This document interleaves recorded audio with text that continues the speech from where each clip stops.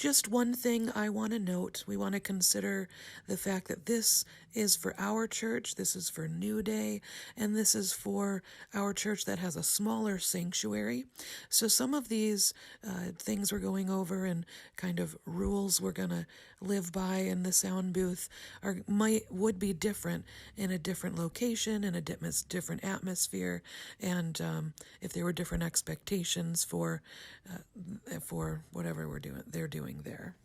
When you want to do something to a channel, you need to press the select button, because all of these knobs and things up here are different settings you can do.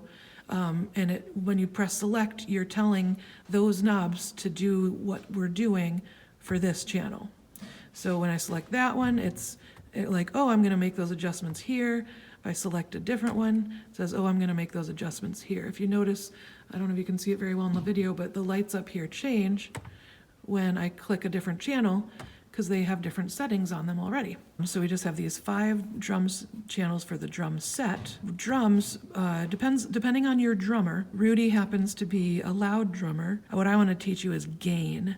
So this knob up here, if you look close, right under the knob, it has the little word gain, G-A-I-N. And so since he's a loud drummer, we're going to select a channel.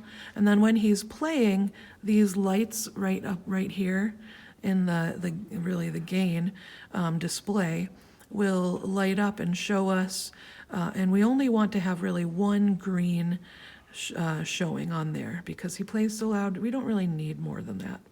And that way we can have more room to move him up down here. And just to be clear, we only want to change the gain when we know that the instrument is playing loudly or that the singer is close to their mic or eating their mic and singing loudly, because we want that level of the 2 green and 1 yellow to be their loudest level.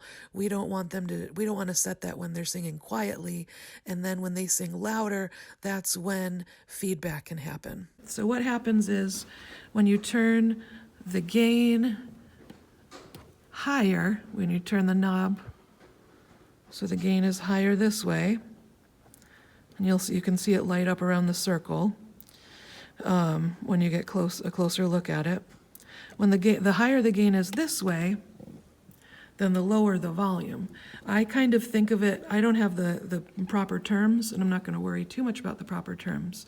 But you want to think of gain as like a big volume change, and then the volume as the smaller volume change, where we can fine-tune the volume that we want. But to go in a little bit deeper, gain is how much of the signal that the microphone or instrument cord is picking up we want to let into the board or into our system. So back to drums, we want to make sure these 5 just really have 1 green showing.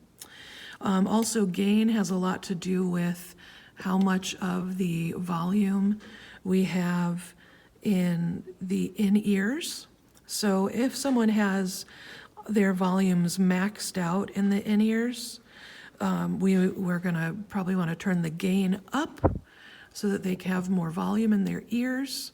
And then we're going to want to turn the volume down on the board, because when we turn the gain up, it will be louder in the house speakers, right there. And so we'll want to adjust the volume accordingly for that. Also, the drums are acoustic instruments. They're already making noise outside of themselves. So we don't need a ton of gain coming in. So we could do the same for congas. And then when we go to channel 1 through 16, for the voices and instruments, it's pretty normal to have just 2 green and 1 yellow for the gain.